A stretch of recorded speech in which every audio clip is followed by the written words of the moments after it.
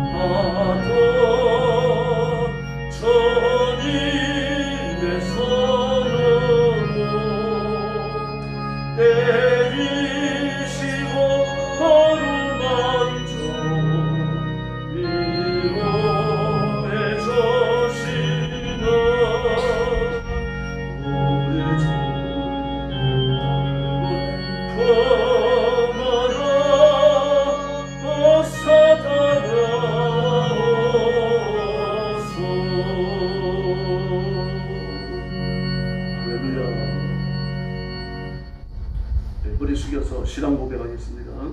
나는 전능하신 아버지 하나님 천지의 창조주를 믿습니다.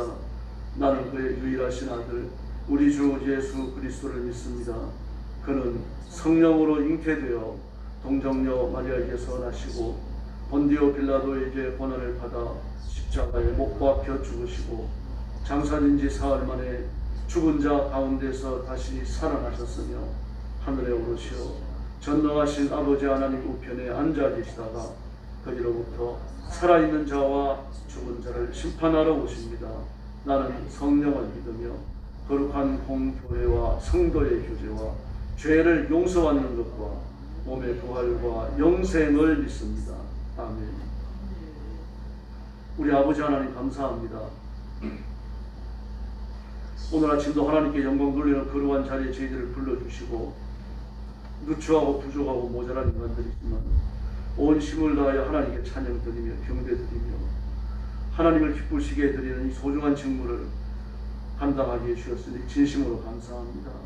우리 하나님 영광을 받으시고 머리 숙인 성도들, 영상으로 예배에 참여하는 성도들, 또 잠자리에 들어있는 성도들까지 하나님께서 다 기억하시고 복내려 주시옵소서. 하나님과 동행하며 말씀 앞에 복종하며 성경이 약속하는 승리와 복을 누리게 하여 주시옵소서.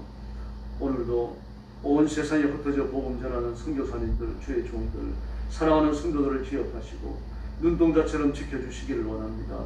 풍성한 은혜를 주시되 건강의 복을 주시고 뛰어난 영성을 주시고 그리고 물질의 복과 필요한 인재들을 붙여주셔서 하나님의 거룩한 사역을 감당하기에 부족함이 없도록 역사해 주시옵소서. 오늘 아침도 저희들의 말씀을 나눕니다. 하늘 문을 열어주시기를 원하오며 예수님의 이름으로 간절히 기도 올리옵나이다. 아멘. 네, 하나님 말씀 봉독하겠습니다. 예레미야 19장입니다.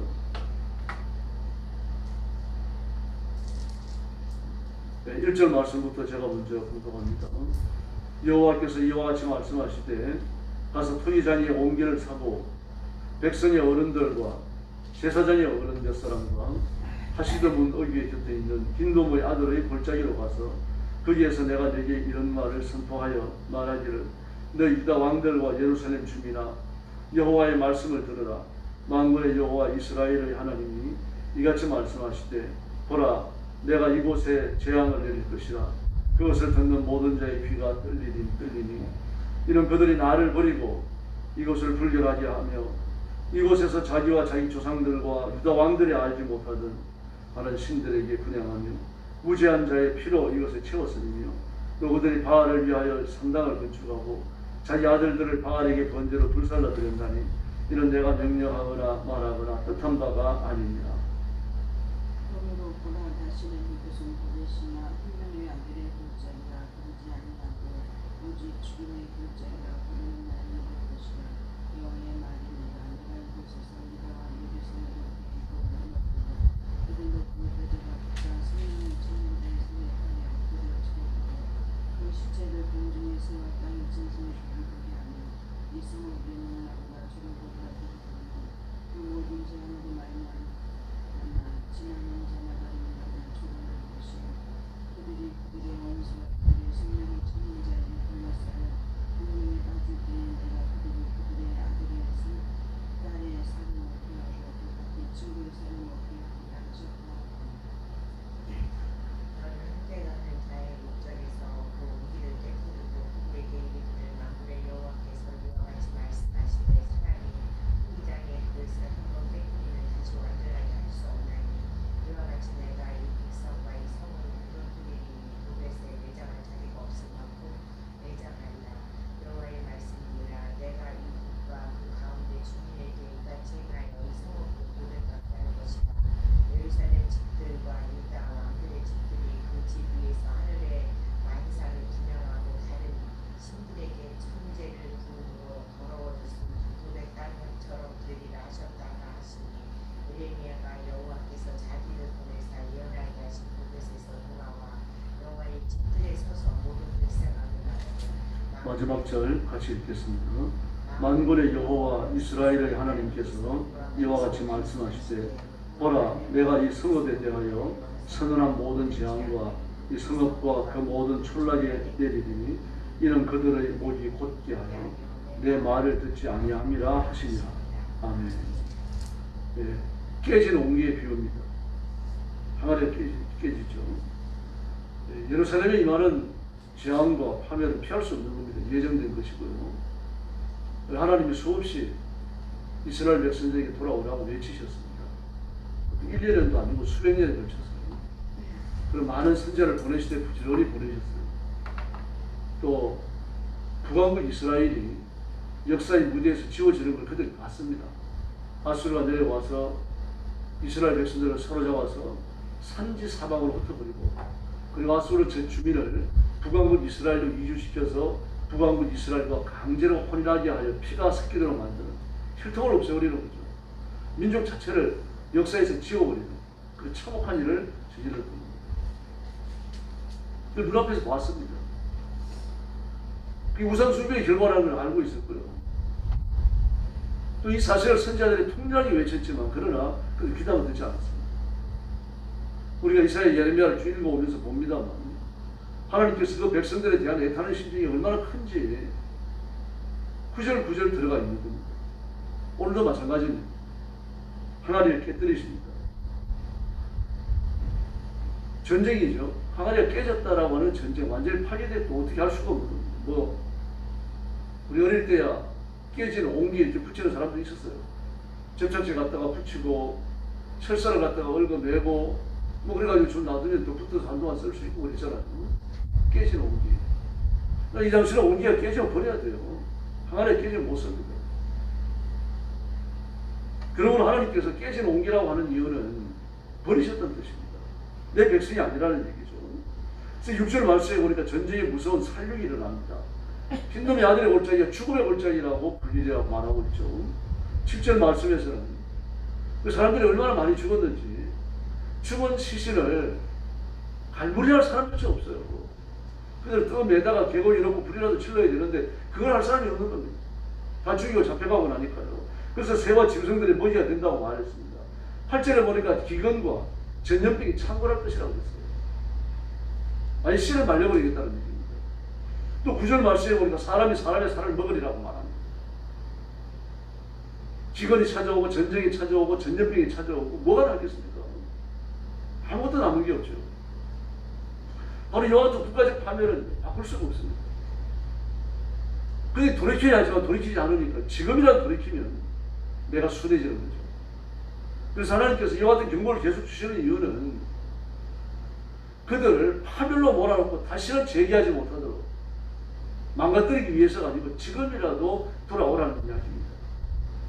우리가 자녀를 키우다 보면 말을 안 들으면 위협하잖아요.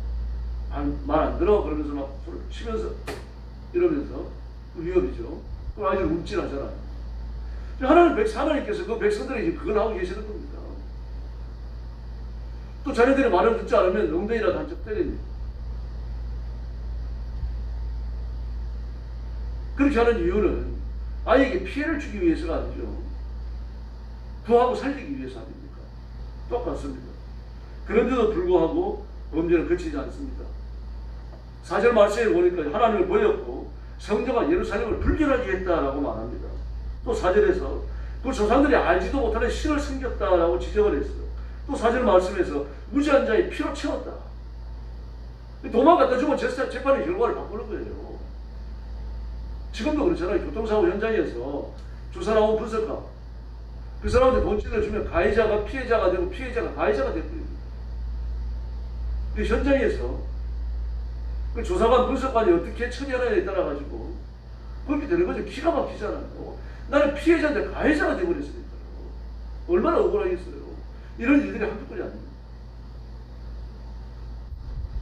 근데 그걸 지적하고 계시는 겁니다. 또 5절 말씀을 보니까 바알을 섬겼다고 말합니다.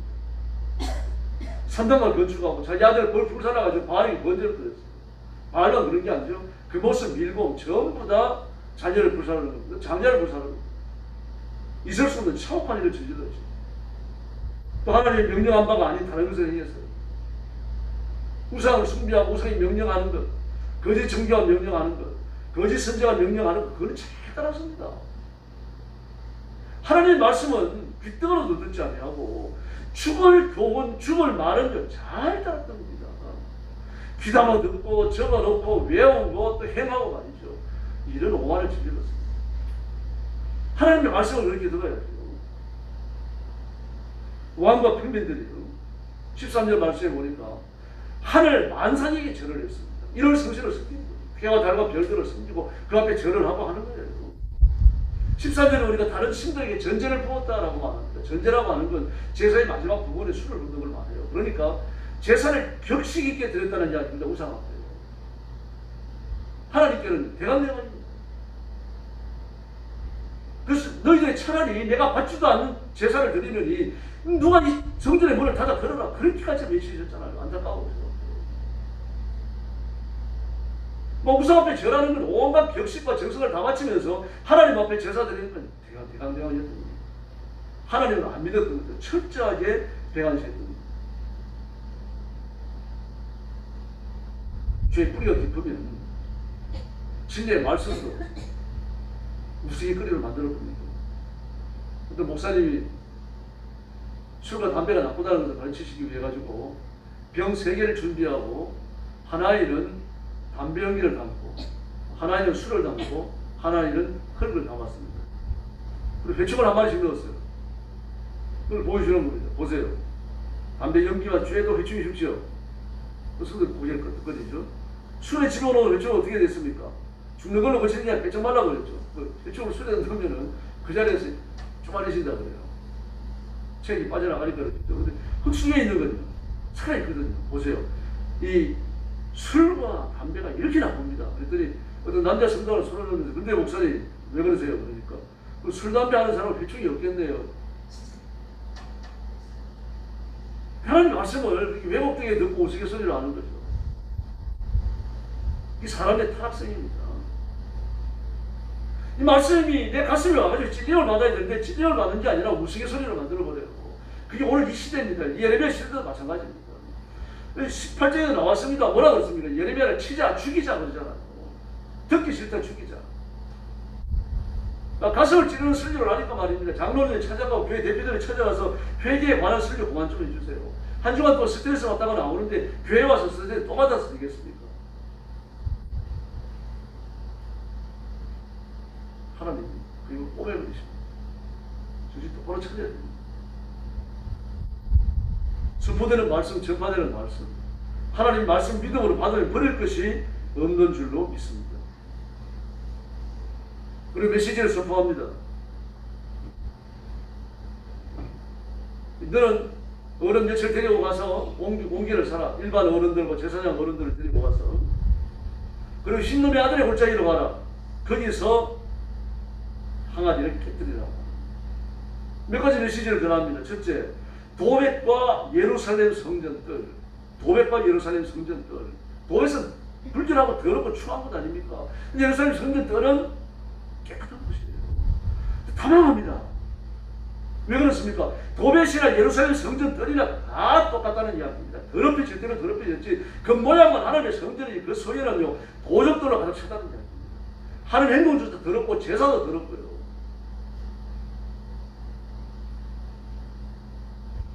왜 이렇게 파멸이 임하느냐? 왜 이렇게 더러워졌느냐? 우상 숭배입니다. 국가적 우상 숭배. 왕이 앞장을 서가지고 우상을 숭배하고 죄는 거치지 않으니까 결국은 역사와 국가가 종말을 고하고 파괴하는 거예요. 그래서 옹기를 깨뜨리라라고 말합니다. 옹기는 이스라엘. 옹기가 깨지는 것처럼 이스라엘이 완전히 망한다. 산산이 깨뜨려진다. 사람은 죽고 잡혀가고 마침내 역사는 종국을 고한다. 깨진 것은 회색이 불가능합니다. 뭐 지금이야 뭐 하나하나 주워가지고 제 짝을 맞춰가지고 붙여놓을 수 있습니다. 그때는 불가능해요. 깨지는 옹기는 근데 깨지는 옹기입니다. 그래서 하나님께서 선지자에게 옹기를 깨뜨리라고 한 것이나 도백과 예루살렘 성전의 파멸과 재앙이 온다라고 외치게 하신 이유가 뭡니까? 돌이키라고 하십니다. 지금이라도 내게 와라. 지금이라도 회개하고 지금이라도 말씀 앞에 무릎을 꿇고 지금이라도 하나님께 나아오면 하나님의 자비가 그 길을 열어줄 것이라고 말씀을 하시는 겁니다. 그래서 하나님께서 완전한 자를 찾으시는 게 아닙니다. 회개하라는 겁니다. 통회하고 자복하라는 이야기입니다. 로마서 3장 10절을 보니까 기록된 바 의인은 없나니 하나도 없습니다. 그렇게 말합니다. 10편 51편 17절에서 하나님 구하시는 것은 상한 심령이다. 하나님의 상하고 토니하는 마음을 주께서 멸시치 아니하십니다. 주께서 번제를 드려라 그러면 제가 드렸을 것입니다. 그러나 하나님이 구하시는 것은 상한 마음이기 때문에 제가 토니하고 애통하고 하나님 앞에 엎드렸습니다. 다윗이 얼마나 지혜로운지 알 수 있죠. 그 영성이 깊었어요. 그런 회개의 메시지를 수용하고 회개하면 하나님 은혜가 임합니다. 대강 회개한 여로보암은 대강 복을 받았고요. 다윗의 더러운 허물도 용서해 주셨습니다. 그러나 회개하지 않는 사울왕은 망합니다. 회개하지 않았던 가룟 유다가 망했어요. 그러나 회개한 바울은 베드로는 순교자가 됩니다.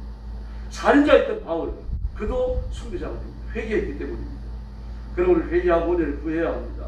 12편 17절을 보면요, 여호와께서 빈궁한 자의 기도를 돌아보시며 저의 기도를 멸시치 아니하셨도다. 할렐루야. 이렇게 말씀하십니다. 저희 기도를 멸시치 아니하셨도다. 누구를요? 빈궁한 자라고 말합니다. 빈궁한 자는 가난하다는 뜻도 있겠지만 마태복음 5장이 말하는 심령이 가난한 자입니다. 하나님 은혜가 아니면 저는 죽습니다 라고 하는 하나님 앞에 마음을 물처럼 쏟아가면서 하는 회개기도 하는 사람, 하나님 앞에 자신을 의탁하며 드리는 믿음의 기도를 하는 사람, 그 사람이 빈궁한 자예요. 하나님께 대한 절대적 신뢰와 의지를 가진 사람, 그 사람이 심령이 가난한 사람입니다. 오늘 새벽 이런 마음으로 하나님 앞에 부르짖읍시다. 마음으로 기도하고 응답받고 하늘의 새 힘을 얻는 귀한 시간이 되기를 예수님의 이름으로 축원합니다. 기도하겠습니다. 자비로우신 아버지 하나님 감사합니다. 오늘 아침도 주 앞에 나와서 엊그제 하나님께 경배와 찬양을 바칩니다. 머리 숙인 사랑하는 성도들을 기억하시고 하늘 문을 활짝 여시고 보좌의 복을 더하여 주시옵소서. 믿음에 부욕케 하시고 말씀에 굳게 서게 하시며 오늘도 말씀대로 살고 성령님과 동행하며 하나님의 뜨거운 감동을 따라 헌신하고 희생하는 존귀한 일꾼들 되게 하여 주옵시기를 간절히 원합니다. 누구를 만나든 전도하게 하시고 교회 나오라고 권하고 예수 믿으라고 권하는 교회에 있는 일꾼들 되게 하여 주옵시기를 간절히 원합니다. 말씀 앞에 복종하고 하나님의 능력으로 승리하며 살고 다시 오시는 재림의 예수님을 기다리는 지혜로운 신부들 되게 하여 주시옵소서. 가정마다 복을 주시옵소서. 믿지 않는 가족들 다 예수 믿어 구원받게 하시고 몸이 아픈 성도들 하나님 찾아가셔서 안수하시고 치료하여 주시옵소서. 물질의 복을 주시고 장대한 삶을 주시고 일생에 하나님께서 동행하시며 역사해 주옵시기를 간절히 원하고 기도합니다. 교회를 아버지 앞에 맡깁니다. 시험을 이겨내는 교회가 되게 하시고 하나님의 복을 받아 장대한 교회가 되게 하시고 부흥하고 성장하는 교회가 되게 하여 주시옵소서. 구원받아 할 영혼들 그리고 훈련되어야 할 영혼들을 우리 교회로 보내주시옵소서. 자비하신 하나님, 나라와 민족을 주님 앞에 맡깁니다. 깨어 기도하는 한국교회가 되며 한국교회를 모시고 이 민족을 살려주시기를 간절히 원합니다. 복잡한 정치가 평온하게 해지고 평안해지도록 도와주시고 도의도 없고 여의도 없고 공산주의를 하고자 하는 망보간의 정치인들은 정치 일선에서 사라지게 하여 주시기를 바랍니다. 하나님의 의를 행하고자 하는 그러한 정치인들, 깨끗한 기독교인들이 정치 일선에서 나라를 이끌게 하여 주시옵소서. 자비하신 하나님 아버지, 오늘 새벽도 기도하러 왔사오니 기도의 새 능력과 권능을 부어주시기 원하오며 예수님의 이름으로 간절히 기도 올려옵나이다. 아멘. 주기도 드리겠습니다.